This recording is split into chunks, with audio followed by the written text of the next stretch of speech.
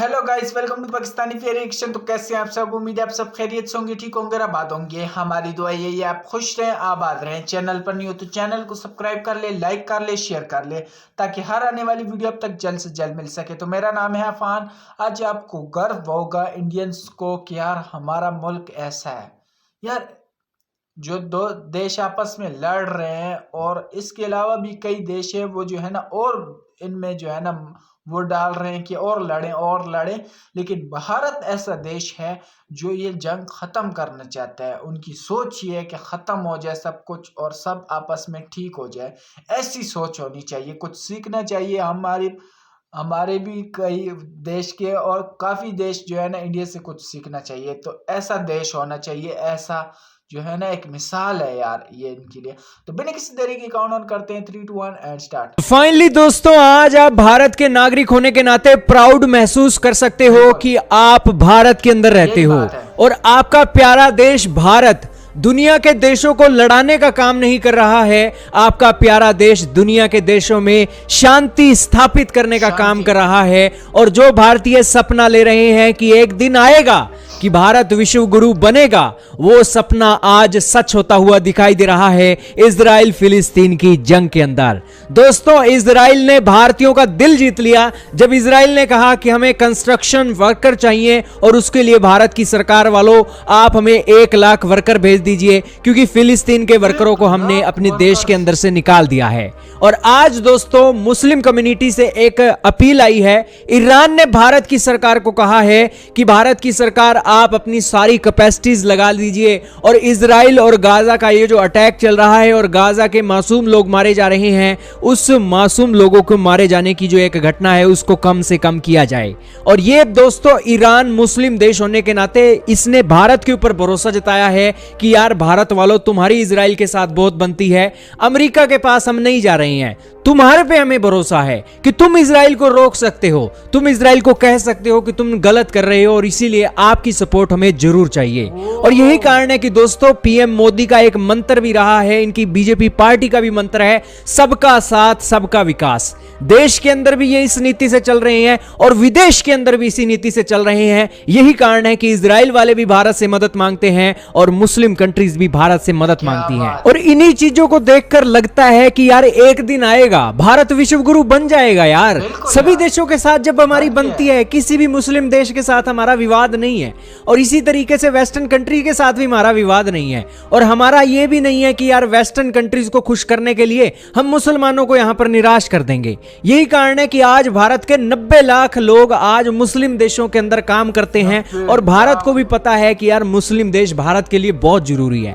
और इसीलिए भारत की नीति यही रही है कि हम सबको साथ लेकर चलेंगे यार, चाहे वेस्टर्न कंट्रीज वाले हो चाहे मुसलमान हो। और इस सिचुएशन में हम कह सकते हैं कि कल को जो अमेरिका के पास आज पूरी दुनिया का कंट्रोल है, वो कंट्रोल अगर भारत के हाथ में आ गया ना कल को, तो भारत वाले किसी देश को कम नहीं तोलेंगे, सभी देशों को बराबर तोलेंगे और सभी देशों के साथ समान व्यवहार करेंगे। और ये भारत ने करके दिखा रखा है पहले के समय के अंदर। और यही कारण है कि अमेरिका को पता नहीं है कि दुनिया के देशों से कैसे डील करना है, भारत को पता है दुनिया के देशों से साथ कैसे डील करना है। चाहे आप भारत के रिश्ते रशिया से देख लो, चाहे अमेरिका से देख लो, यूरोप से देख लो, अफ्रीका के देख लो, चाहे मिडिल ईस्ट से देख लो। और ताजा मामला तो इजराइल फिलिस्तीन की वॉर के अंदर निकल गया है।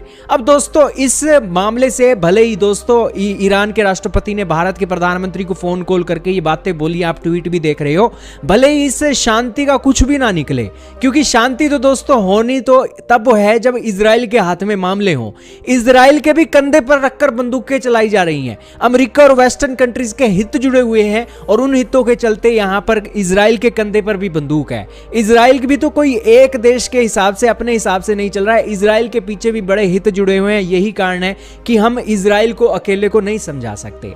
जैसे मुस्लिम देश अगर कहें कि गाजा के लोगों के साथ समझौता करना है तो गाजा के लोगों से बात कर लो, मुस्लिम देश अलग अलग आते हैं, वो कहते हैं कि हमसे बात करो। तो वैसा ही हाल इजराइल का भी है दोस्तों। तो ये मामला तो दोस्तों जब सुलझेगा सुलझेगा, लेकिन यहां पर एक एग्जांपल बन रहा है कि भारत की छवि ऐसी है कि जिस देश की सभी देशों के साथ बनती है, चाहे मुसलमान हो, चाहे ये अंग्रेज हो, चाहे ये रशियन हो, चाहे चाइनीज हो।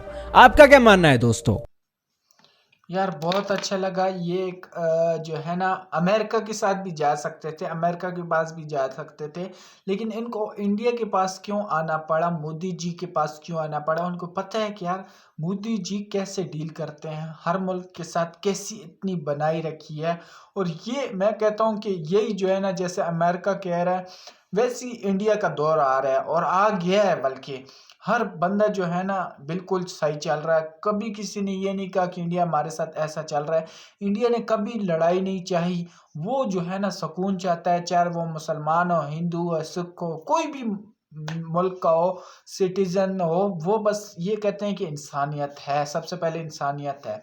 तो ये गुल है और इंडिया इसी वजह से बहुत अच्छा छा रहा है। और उम्मीद है कि ये इंडिया जो है ना मोदी जी और ये इंडिया जंग रोके। अगर इंडिया ने जंग रोक ली तो बहुत अच्छा हो जाएगा, वरना अमेरिका और ऐसे और भी देश, कई देश हैं जो वो जंग जो है ना नहीं रोक पा रहे, ऐसे कोई जा नहीं पा रहा। क्योंकि यार बहुत ज़्यादा फ़लस्तीनी हो गए और भी उनके बच्चे छोटे बड़े, और भी दोनों देशों में जो है ना आपस में वो हुआ है, बहुत नुकसान हुआ है यार। छोटे छोटे बच्चों का क्या कसूर था इनमें? तो आपका क्या कहना है कमेंट सेक्शन में ज़रूर बताएं। तो इंडिया अगर चाहे तो ये जंग ख़त्म हो सकती है, और मुझे पता है मोदी जी ये करके दिखाएंगे। तो आज के लिए इतना ही, तब तक के लिए अपना ख्याल रखिएगा।